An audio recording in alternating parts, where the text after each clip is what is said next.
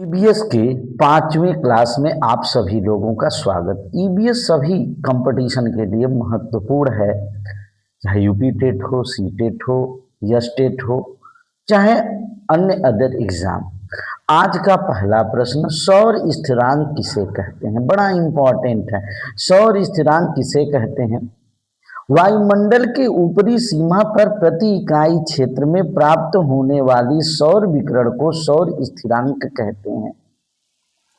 वायुमंडल में सबसे नीचे क्षोभ मंडल, क्षोभ मंडल के बाद समताप मंडल, समताप मंडल के बाद मध्य मंडल, मध्य मंडल के बाद आयन मंडल और आयन मंडल के बाद सबसे ऊपरी सीमा पर बहिर्मंडल। वहां पे प्रति इकाई क्षेत्र में जितनी जो है सौर विकिरण हमको मिलती है उसी को हम सौर स्थिरांक कहते हैं। सौर विकिरण मतलब सूर्य की ऊर्जा जितनी वहां पे मिलती है प्रति इकाई क्षेत्र में, उसी को सौर स्थिरांक कहते हैं। बहुत महत्वपूर्ण प्रश्न है। दूसरा प्रश्न, वन्य जीव सुरक्षा अधिनियम कब पारित हुआ था? भैया, हमारे लिए वन्य जीवों की सुरक्षा भी बहुत महत्वपूर्ण है। 1972 में पारित हुआ था। 1972 में पारित हुआ था। 1972 में मनुष्य ये सोचा कि जितना जीवन हमारा महत्वपूर्ण है उतना ही महत्वपूर्ण वन्य जीवों की सुरक्षा है। और बाद में चलकर 42वां संविधान संशोधन 1976 में हमारा मूल कर्तव्य बन गया। भाई, मूल कर्तव्य 42वां संविधान 1976 में मूल कर्तव्य को अनुच्छेद 51 में भाग 4 क के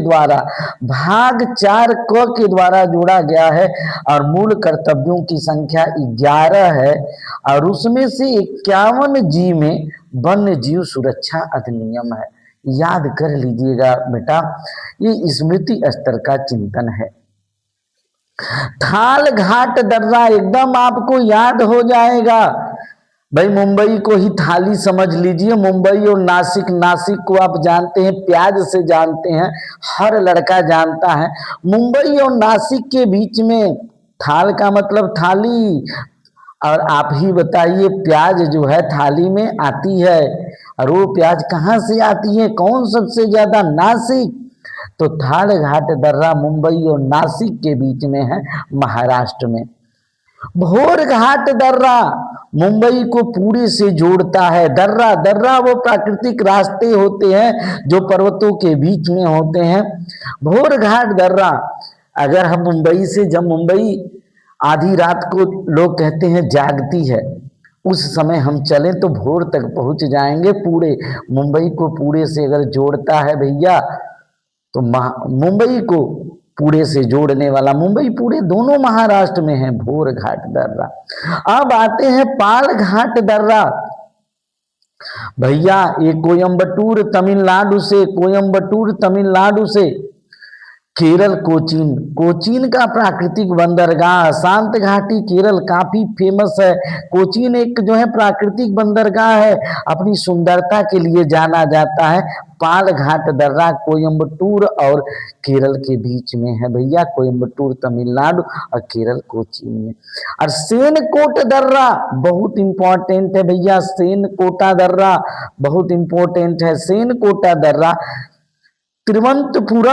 तिरुवनंतपुरम और मदुरै के बीच में। तिरुवनंतपुरम जो है केरल की राजधानी है और मदुरै जो है तमिलनाडु की धार्मिक नगरी है भैया। तमिलनाडु की धार्मिक नगरी है।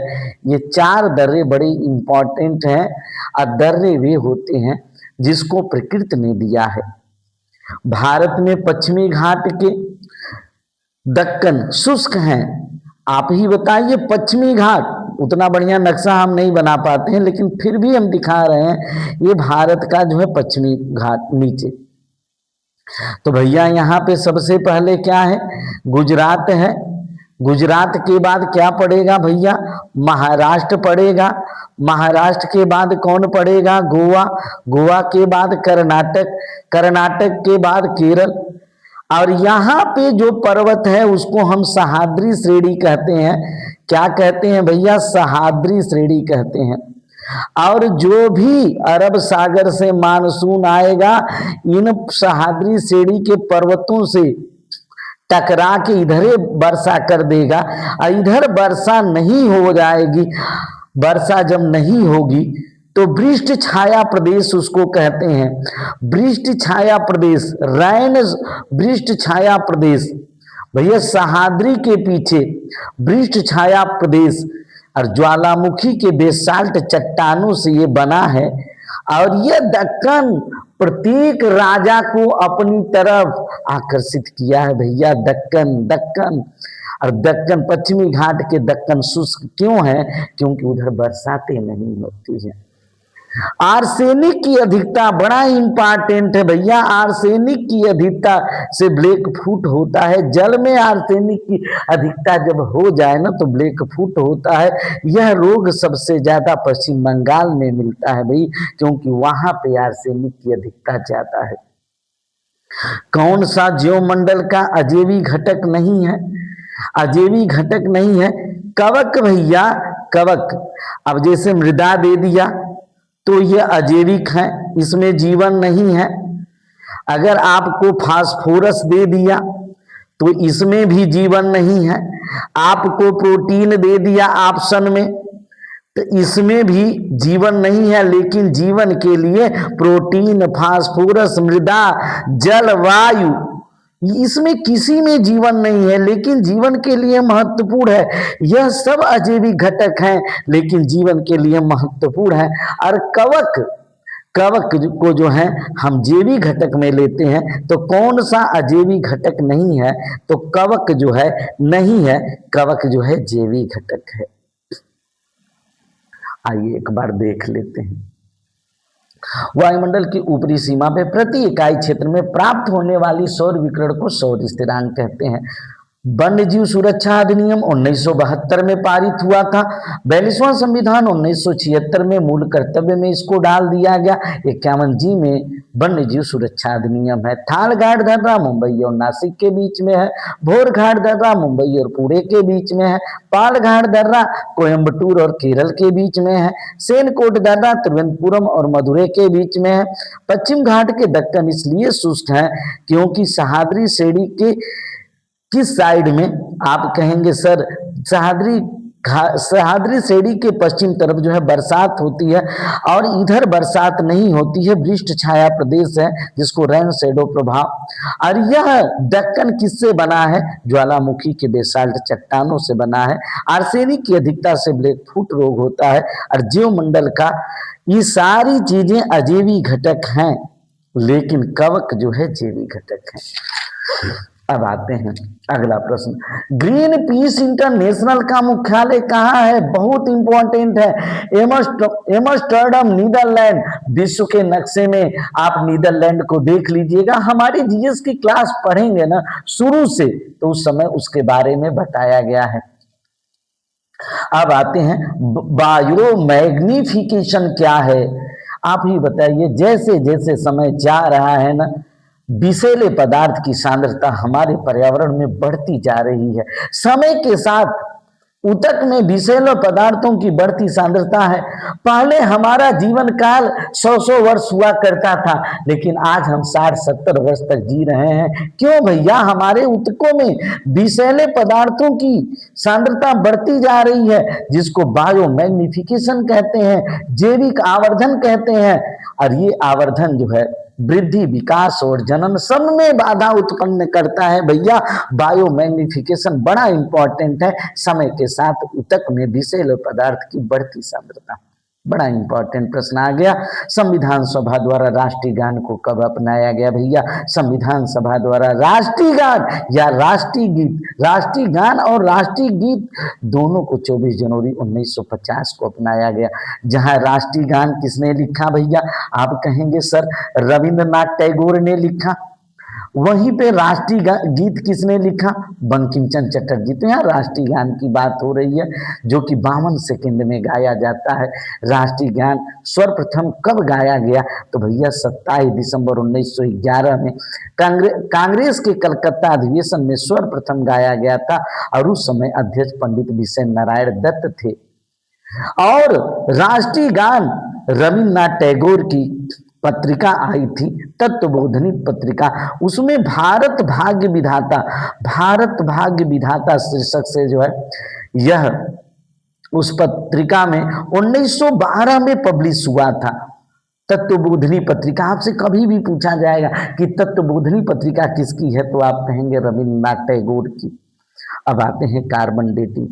भैया एक बार जब जीव की मृत्यु हो जाती है ना तो कार्बन ग्रहण करना बंद कर देता है और धीरे धीरे कार्बन 14 का क्षय होने लगता है उसके शरीर में से और गैर रेडियोधर्मी कार्बन 12 में बदल जाता है।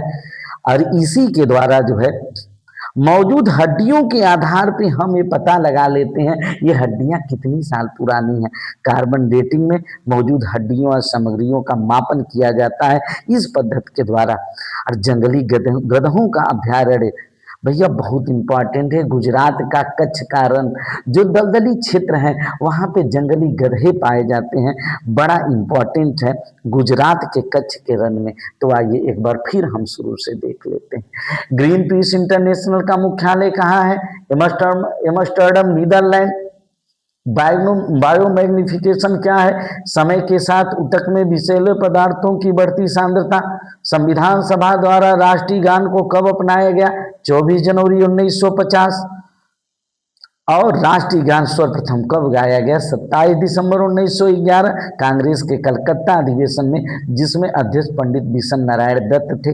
तत्वबोधिनी पत्रिका किसने लिखी है? रविन्द्रनाथ टैगोर। उस पत्रिका में जो है भारत भाग्य तत्वबोधिनी पत्रिका, उस पत्रिका में भारत भाग्य विधाता शीर्षक से 1912 में यही राष्ट्रगान जो है रविन्द्रनाथ टैगोर द्वारा लिखित राष्ट्रगान जो है पब्लिश हुआ था। कार्बन डेटिंग मौजूद प्राचीन स्थलों में मौजूद हड्डियों या सामग्रियों का मापन किया जाता है। और जंगली गधों का अभ्यारण्य गुजरात के कच्छ के रण में है। इस प्रकार से आप हमारी वीडियो देखिए। और उस स्थिति में हमने आपसे वादा किया था कि जीएस और ईबीएस इन दोनों को मिला के 90 क्लास उसकी 90 क्लास ईबीएस की 180 में हम आपको ये सा दे देंगे। किसी भी एग्जाम के सारे प्रश्न इन्हीं 180 वीडियो से आपके आएंगे। और उसको देखिए, दोस्तों को भी बताइए, चैनल को सब्सक्राइब करवाइए। यही सबसे बड़ी गुरु दक्षिणा है। Thanks for watching this video.